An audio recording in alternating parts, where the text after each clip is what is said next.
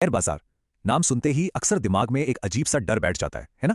लगता है जैसे ये कोई ऐसी जगह है जहां सिर्फ और सिर्फ नुकसान होता है। लेकिन क्या सच में ऐसा है? बिल्कुल नहीं। आज के इस एक्सप्लेनर में इसी डर को हमेशा के लिए दूर करने वाले हैं हम। स्टॉक मार्केट के उन सारे भारी भरकम लगने वाले पहलुओं को बिल्कुल आसान बोलचाल की भाषा में डिकोड करेंगे। एक ऐसी मजबूत नींव तैयार करेंगे जिससे कोई भी बिना किसी घबराहट के एक कॉन्फिडेंट इन्वेस्टर बन सके। तो चलिए बिना किसी देरी के सीधे आज के इस दिलचस्प टॉपिक में डाइव करते हैं। अब इस पूरी चीज को समझने के लिए ना एक बहुत ही मजेदार उदाहरण से शुरुआत करते हैं। जरा सोचिए, अगर पहली क्लास में पढ़ने वाले 10 साल के बच्चों का मुकाबला फाइनेंस की दुनिया के धुरंधरों यानी बड़े बड़े एक्सपीरियंस्ड चार्टर्ड अकाउंटेंट्स के साथ एक स्टॉक पिकिंग कॉन्टेस्ट में कराया जाए तो कौन जीतेगा? सुनने में ये किसी मजाक जैसा लग रहा होगा, लेकिन अमेरिका में असल में ऐसा एक सर्वे किया गया था। एक तरफ वो एक्सपर्ट्स जो दिन रात बैलेंस शीट और कॉम्प्लेक्स डेटा खंगालते हैं, और दूसरी तरफ वो बच्चे जिनका काम सिर्फ खेलना कूदना और स्कूल जाना है। और इसका रिजल्ट लिटरली चौंकाने वाला था। उन 10 साल के बच्चों ने चार्टर्ड अकाउंटेंट्स को भी पीछे छोड़ दिया। उन छोटे बच्चों ने कहीं ज्यादा बेहतर स्टॉक्स चुने और ज्यादा पैसा भी कमाया। अब सवाल यह है कि यह हुआ कैसे? इसका कारण एकदम सिंपल था। बच्चों ने सिर्फ उन कंपनियों को चुना जिनके प्रोडक्ट्स वो रोज इस्तेमाल करते थे और पसंद करते थे, जैसे कैडबरी, डिज्नी या बारबी।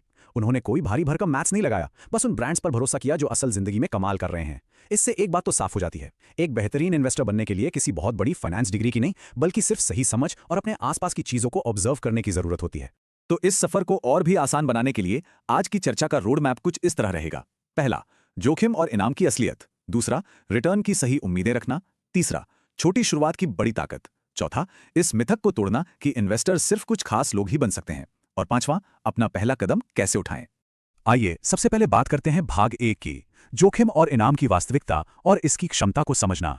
अब ये जो 700 करोड़ का नंबर है ना, ये किसी जादू से कम नहीं है। ये स्टॉक मार्केट की असली पावर को दिखाता है। मान लेते हैं कि आज से 40 साल पहले अगर किसी ने विप्रो कंपनी के शेयरों में महज 10,000 रुपए लगाए होते तो आज वो रकम बढ़कर 700 करोड़ हो चुकी होती। सोचिए, अगर सिर्फ 1,000 रुपए भी लगाए गए होते तो भी वो आज 70 करोड़ रुपए होते। ये सुनकर शायद यकीन करना थोड़ा मुश्किल लगे, लेकिन यही है पावर ऑफ कंपाउंडिंग। सही बिजनेस में लंबे समय तक टिके रहने का ये एक बहुत ही शानदार नतीजा है। लेकिन हाँ, ये तस्वीर का सिर्फ एक ही पहलू है। और यहीं पर आता है सबसे क्रूशियल पॉइंट। मार्केट में रिस्क दोनों तरफ चलता है। शेयर बाजार में पैसा लगाना बैंक में एफडी कराकर फिक्स ब्याज लेने जैसा बिल्कुल नहीं है। इसे ऐसे समझिए जैसे हम किसी दोस्त या रिश्तेदार के बिजनेस में पार्टनर बन रहे हैं। अगर उसका बिजनेस आसमान छूता है तो हमें भी मुनाफे में बड़ी हिस्सेदारी मिलेगी, लेकिन अगर वो बिजनेस फेल हो गया तो हमारा लगाया हुआ पैसा डूब भी सकता है। इसीलिए किसी भी कंपनी का चुनाव बहुत ही सावधानी और अच्छी रिसर्च के साथ करना बेहद जरूरी है। चलिए अब बढ़ते हैं भाग 2 की तरफ, रिटर्न की यथार्थवादी उम्मीदें, यानी अपनी मानसिकता को कैसे स्थिर रखें। अक्सर नए लोग मार्केट को रातों रात अमीर बनने की कोई लॉटरी मशीन समझ लेते हैं, और सच कहें तो यही सबसे बड़ी गलती होती है। इन आंकड़ों को देखने पर तस्वीर एकदम साफ हो जाती है। भारत जैसी तेजी से भागती इकोनॉमी में अगर अच्छी रिसर्च के साथ एक बढ़िया पोर्टफोलियो बनाया जाए तो लंबे समय में 18 से 20% का रिटर्न आसानी से एक्सपेक्ट किया जा सकता है। इसका सीधा सा मतलब है कि पैसा लगभग हर 4 साल में दोगुना हो सकता है। अब जरा इसकी तुलना बैंक की फिक्स डिपॉजिट से करके देखते हैं। वहां पैसा दोगुना होने में करीब 11 साल लग जाते हैं। सोना या रियल एस्टेट भी शेयर्स के मुकाबले थोड़ा कम ही रिटर्न देते हैं और उन्हें बहुत लंबे समय तक होल्ड करना पड़ता है। तो बिना किसी अवास्तविक लालच के भी देखा जाए तो स्टॉक मार्केट बाकी सारे ऑप्शन से कहीं आगे है। तो अब आते हैं भाग 3 पर, जो कि बहुत ही दिलचस्प है, छोटी शुरुआत की ताकत, यानी संपत्ति का असली गणित। लोगों को अक्सर लगता है कि शेयर बाजार में बड़ा पैसा बनाने के लिए शुरुआत में ही लाखों करोड़ों रुपए चाहिए होते हैं, लेकिन भाई गणित तो कुछ और ही कहानी सुनाता है। कंपाउंडिंग का जादू कैसे काम करता है जरा इसे देखते हैं। मान लेते हैं कि कोई स्टूडेंट या यंग प्रोफेशनल अपनी पॉकेट मनी या पहली सैलरी से सिर्फ 1,000 रुपए हर महीने इन्वेस्ट करना शुरू करता है। अब हर साल इस इन्वेस्टमेंट अमाउंट को बस 15% बढ़ाना है, और मानकर चलते हैं कि मार्केट से उसे 15% का सालाना रिटर्न मिलता है, जो कि काफी रियलिस्टिक है। अगर इस डिसिप्लिन को लगातार 25 सालों तक मेंटेन किया जाए तो वो छोटी सी 1,000 रुपए की शुरुआत 1 करोड़ रुपए के एक विशाल फंड में बदल जाती है। जी हाँ, सिर्फ 1,000 रुपए महीने से। सच तो यह है कि बड़ी वेल्थ क्रिएट करने के लिए विशाल पूंजी की नहीं, बल्कि गजब के डिसिप्लिन और समय की जरूरत होती है। चलिए अब रुख करते हैं भाग 4 का, कोई भी इन्वेस्टर बन सकता है। यहां हम अपना नजरिया बदलने पर बात करेंगे। इस गणित को समझने के बाद उन साइकोलॉजिकल बैरियर्स को तोड़ना बहुत जरूरी है जो आम लोगों को मार्केट से दूर रखते हैं। यहां जो विरोधाभास है ना, वो एकदम सटीक है। जरा ध्यान दीजिएगा। जब लोग जमीन या घर खरीदते हैं तो पीढ़ियों तक आराम से इंतजार करते हैं, उसे रोज रोज बेचने का ख्याल तक मन में नहीं आता।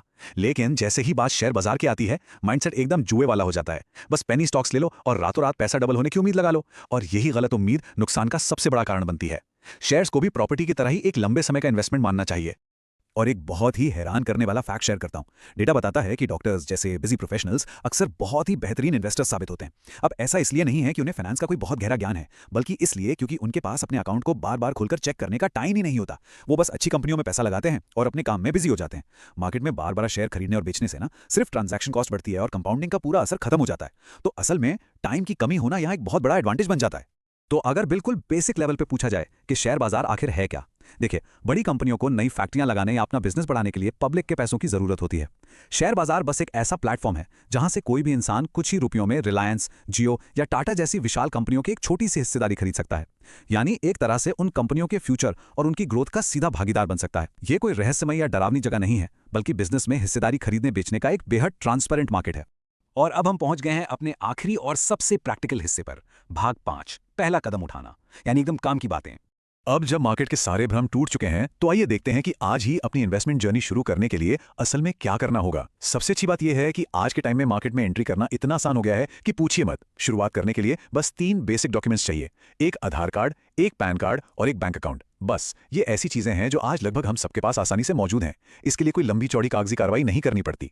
अब इन डॉक्यूमेंट्स के साथ जो सबसे पहली और जरूरी चीज खुलवानी होती है वो है एक डीमैट अकाउंट। ये एक डिजिटल अकाउंट होता है जहां हमारे खरीदे गए शेयर्स एकदम सेफ रखे जाते हैं। आजकल ज़ीरोधा जैसे कई डिस्काउंट ब्रोकर्स मार्केट में हैं जहां ये अकाउंट घर बैठे बैठे ऑनलाइन कुछ ही दिनों में खोला जा सकता है। और सबसे कमाल की बात पता है क्या है? इन्वेस्ट करने या डिलीवरी लेने पर इनमें ब्रोकरेज फीस लगभग 0 के बराबर होती है। अगर इस विषय में और भी गहराई तक गोता लगाना है तो कुछ बहुत ही शानदार किताबों की सिफारिश की गई है, जैसे प्रांजल कामरा की Investonomy, rich dad poor dad, Peter Lynch की लर्न टू अर्न और गाय स्पियर की the education of a value investor. इन किताबों को पढ़कर मार्केट के बेसिक्स और वैल्यू इन्वेस्टिंग को बहुत ही बारीकी से सीखा जा सकता है, क्योंकि याद रखिए, अपनी नॉलेज को लगातार अपग्रेड करने से ही मार्केट में लंबे समय तक टिके रहने का असली कॉन्फिडेंस आता है। तो इस एक्सप्लेनर को खत्म करने से पहले एक बहुत ही गहरा सवाल छोड़कर जा रहे हैं। अब जब शेयर बाजार का डर एकदम निकल चुका है और यह समझ आ गया है कि बच्चों की तरह रोजमर्रा की अच्छी कंपनियों को पहचानना ही असली चाबी है, तो जरा अपने आसपास नजर दौड़ाइए। वो कौन सा भरोसेमंद प्रोडक्ट या ब्रांड है जिसे हम सब रोज इस्तेमाल करते हैं? वो कौन सी जानी मानी कंपनी होगी जो इस शानदार इन्वेस्टमेंट जर्नी का सबसे पहला कदम बनेगी? जवाब बिल्कुल हमारे और आपके सामने है। बस उस पहले कदम को उठाने की देर है। इस लर्निंग जर्नी में साथ जुड़ने के लिए बहुत बहुत शुक्रिया।